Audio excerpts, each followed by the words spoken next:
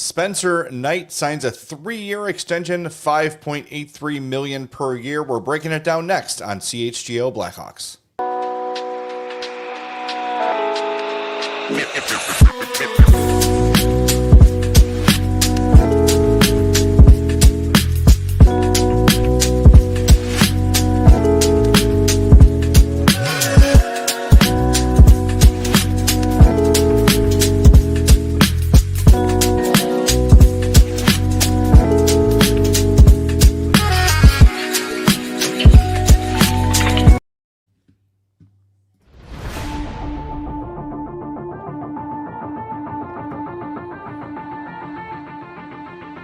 Hope you're enjoying your Saturday. You are now. Welcome into the CHGO Blackhawks Emergency Podcast. Spencer Knight signs a 3-year, $5.83 million per year extension.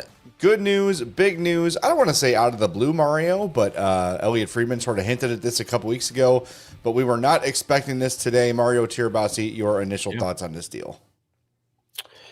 Kyle Davidson, again, gets a deal that I think works for both sides incredibly well. 3 years, $5.83 million. I think that's completely fair for Spencer Knight, because like with Vlasic, like with Nazar, you're paying for what the guy can become. Right. And I think with Spencer Knight, we've talked about the Dustin Wolf contract, which was 7 years, 7.5. Lucas Dostal was, 6.5, I think, in that range. And we were thinking, okay, Spencer Knight, if he doesn't sign a deal before this season, goes out and proves, yes, he can be that starter of the future for the Blackhawks, then you're talking about a deal probably in that 6.5, in that range, maybe a little bit more. And to get it at 5.83, I think that's really good, because then if he does go out there this season, does prove he is that starter of the future and can handle all that comes with it, then you get him at a very reasonable, if not bargain kind of deal for the guy he can be. Yeah, it's everything you said is correct. A fair deal for both sides. It's a pay raise for Knight, who was making $4.5 million on the last deal. And you mentioned some of the other goalie deals. You said Dostal, that was a 5-year, $6.5 million extension with Anaheim.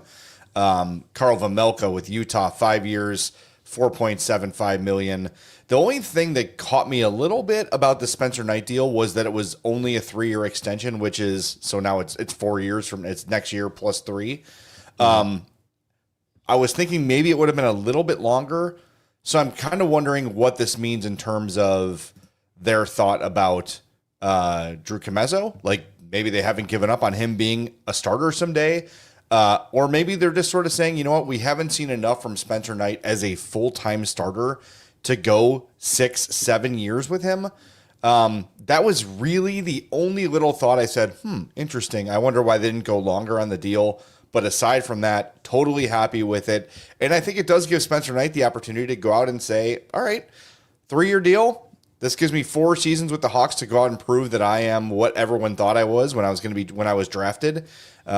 He's this elite prospect, has been for a long time, and played on a great team, was a little bit buried by Sergei Bobrovsky, and came here and played really well. So if he can continue that for the next 4 seasons, he's going to get a big payday, be it in Chicago, be it somewhere else. So love the deal, very happy with it.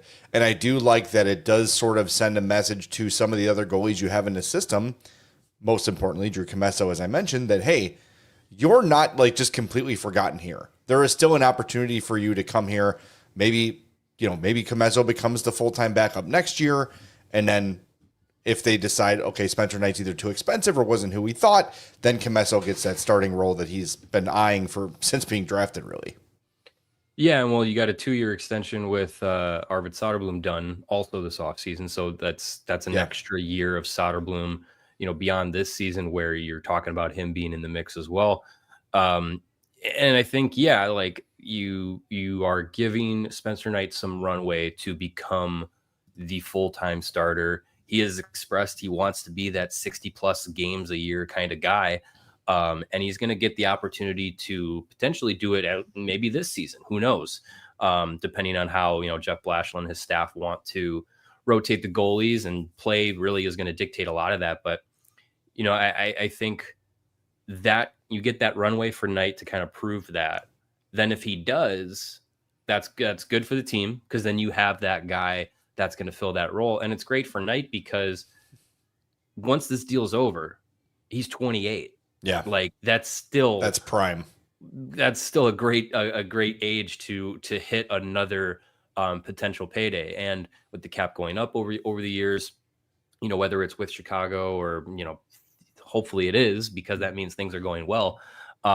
Then that's, the opportunity where you might say, okay, by that point, Spencer Knight could be solidified as this is the franchise starter you had hoped he had been. Then you give him that like 7-year deal or whatever it is to be like, you're a Blackhawk the rest of your career, whatever it could be. I am not betting against Spencer Knight. And I know, there's some people in the comments, our buddy Brian Magnuson, who's with us pretty much every show, says he played 15 games, needs to go out and prove it. And I agree with that. But when you look at what he did over the course of the year, 38 starts between the Hawks and Chicago, and you can go through save percentage, you can go through goals against, you can go through all those sort of things. One of my favorite stats in the game is goals saved above average per 60, or above expected per 60. So, how many more saves has he made per 60 minutes? When you look at the goalies in his realm, Dustin Wolf, who you mentioned, just signed a longer, more expensive deal. He had .224 goals save above expected per 60. Under him is Jake Ottinger at .188. Tied with Jake Ottinger is Spencer Knight with a .188. Now that, when you talk about the quality of defense in front of Spencer Knight, when you talk about, well, look how good Florida was, so you kind of, that goals against, you can't really count it. The team was so good. When you look at the goals he was expected to save, Spencer Knight was in there with some of the best goalies in the game. And that's why if I'm making this bet on will Spencer Knight 4 years from now still be the Blackhawks starting goalie for the next 4, the next 5, whatever it might be, I am taking that bet. I think he is going to deliver. We talked about this a little bit this week.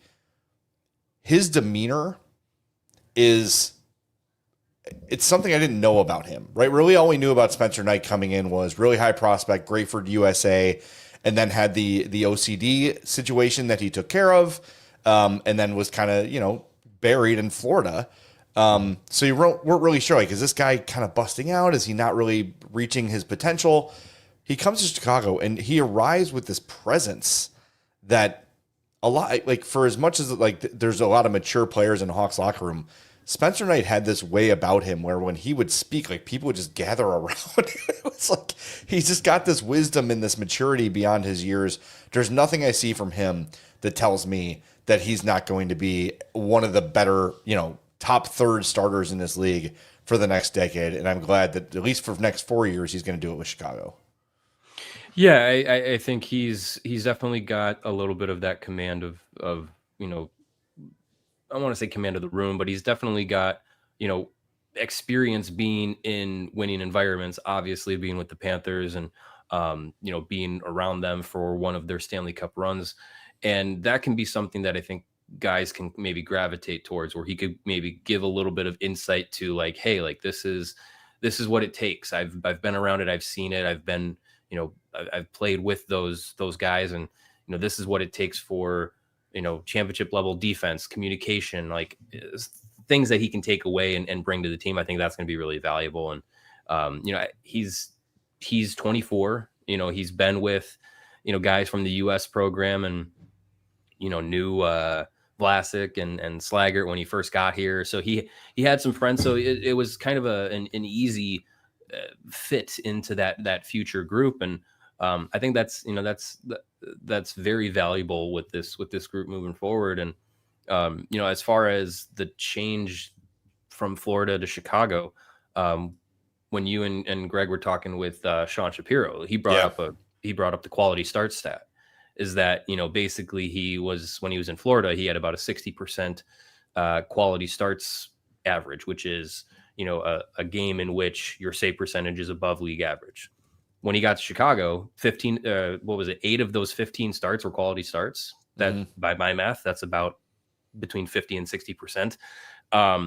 So that's falling in average with what he was doing with a better group in Florida. So I feel very positive about what he can do in net individually, before bringing it to, the team aspect, which, yeah, this season, is he going to light it up for a 920 save percentage or something like that? Unlikely. But I think if he's in the league average range, that things are going to be going well, because it is a young defense. And he's a guy that when he was here, his save percentage, as impressive as he was, the save percentage number wasn't that impressive. It was the 892, I think. But given, you look into more of the micro stats, and given the context of the way he played, and, how he kept the team in some of those games, that tells more of the story. So I'm excited for it. I think this is a really good deal. Ben Pope did the math here. Vlasic, Nazar, and Knight, on their current contracts, and then when all their extensions kick in, just barely over 17 million combined for the three of those guys. That's before getting Connor Bedard done, and then factoring in, maybe some other contracts down the road. Ethan Del Mastro, Nolan Allen, Kaiser still got to get done.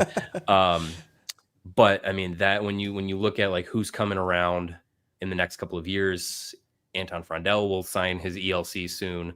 Sasha Boisvert is going to have to make his debut and be on an ELC. Like, the cap flexibility is there for them to maybe start being aggressive, whether it's trades or free agency, in the near future, with the cap going up and the way that he wants to build this roster out.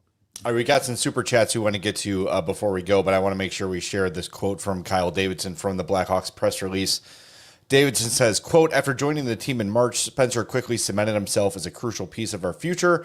A talented young goaltender, he brings athleticism, I don't know where that came from, sound positioning, and a calm demeanor to his game, and we're excited to watch Spencer continue to flourish in Chicago over the next 4 seasons." So good stuff. Very exciting. And it's just, as you mentioned, Mario, you look at the long-term commitments on this team right now. Everyone's confident Bedard's going to get done. It is wise for Connor Bedard to probably bet on himself this year and wait. It's fine. No one seems too worried about it. Said that about Nazar. Said that about Knight. Yeah, sure. Maybe it gets done now. Who knows? In the next 5 days between now and the start of training camp, might we have a Connor Bedard extension, and Kyle Davidson dusts off his hands and says all those big ones are done? That would be nice. That would be nice. But still, he's gotta get Kaiser done. Let's go. Yeah. So you've got already locked up Donato for the next 4, Nazar for the next 8. You've got Vlasic for the next 5. You're in good shape here now with Spencer Knight with it for the next 4. And, you've got a lot of guys on rookie deals. Levshinov, Renzel with 2 more years on their deals. Korchinski's going to need a new deal after this year. But just, I don't know, man. They're lined up well. They're in good position to be competitive for a long time. Michael with a $5 super chat says, Knight's new number is 83. You must have the player's number in the contract AAV. Yeah, there you go. Good thought. To hold off on ordering your jerseys before we see. But the little bet signal that the Hawks put out on the Spencer Knight announcement video was number 30. So I think you're safe. I don't think he's going with a number 30. And Windy City Hockey, our pal, says, I wanted Knight in 2019, but I'm glad he's a Hawk now and glad he's extended. Yeah, I think we all are. It's solid. And remember back to the night where the Hawks traded Seth Jones, and we had been speculating, they're going to trade Seth Jones and they're going to have to, probably take on a bad deal, and you're not going to get anything of value back. You might have to move a high pick just to move him, and you end up getting Spencer Knight and a first-round pick, and now you've got your goalie of the future signed for the next 4 seasons. It's a great piece of work for Kyle Davidson on a guy who's building a resume of great moves like this, great long-term contract signed. We talk about it all the time. The last box that Kyle Davidson has to check is, can you land that top free agent, or can you acquire that top-line stud all-star player? That remains to be seen. But man, so far so good for Kyle Davidson. He's done really good work. And yesterday, getting into it with a guy on Twitter who's like, he basically gave up Brandon Hagel. It's like, well, he didn't. He got Oliver Moore and Sasha Blaver for him, along with Boris Kachuk and Taylor Radish. So you can't really call it a giveaway yet. But, if that's the one you want to nitpick, fine. Other than that, I think Kyle Davidson's done an outstanding job. And more work to come. But let's see where it goes from here. Good stuff getting Spencer Knight locked up for 3 years, $5.83 million. Any closing thoughts before we wrap things up, Mario? Want to mention he's got a 15-team no trade clause in year 3 of that deal. So just a little extra, security there. I'm going to crack my celebratory RC. Nice. There we go. I'm going to chug it like Steve Austin. That'd be pretty sticky. I think it's a good deal. As we've kind of talked this week about, Davidson kind of setting things up, and you talk about Connor McDavid and Kirill Kaprizov situations. Hawks. It's not out of the realm of possibility that as we go getting these deals done, knowing your cap hit or a large portion of what your cap hit is going into next season, this could be setting up for the Blackhawks to be one of those teams that says, let's put aside a little bit of room that we might make a run at one of these guys that, we keep talking about potentially could hit free agency with, McDavid, Kaprizov, sure, unlikely, but who knows? But Jack Eichel or Panarin or Kyle Connor, like all those guys need new deals, and until they get them, they're potentially going to hit free agency. So no, don't soften it. Idea. Until they sign deals, they're Blackhawks. Sure. Just like Mitch Marner. Not a bad idea to keep some space available if they're out there. All right, great stuff, everybody. Tonight, 6:00, Tom Curver's game on Blackhawks.com, and then tomorrow at 3. So if you're feeling icky after the Bears game, you could dial up the Hawks and watch them. So 2 games in the next 48 hours, starting tonight at 6 on Blackhawks.com. And Monday on the show, we'll have Charlie Romeliotis, who is in Minneapolis covering the Tom Curver's Prospect Showcase. So lots of good stuff on deck at CHGO Blackhawks. And again, if anything happens, Wyatt Kaiser, Connor Bedard, we'll be here. We're ready for you. We'll talk to you next time. Thanks for being here on this emergency CHGO Blackhawks podcast. Please do us a favor and hit that like button on your way out and subscribe to our YouTube page as well. We'll talk to you at the very latest Monday at 2 on the CHGO Blackhawks podcast.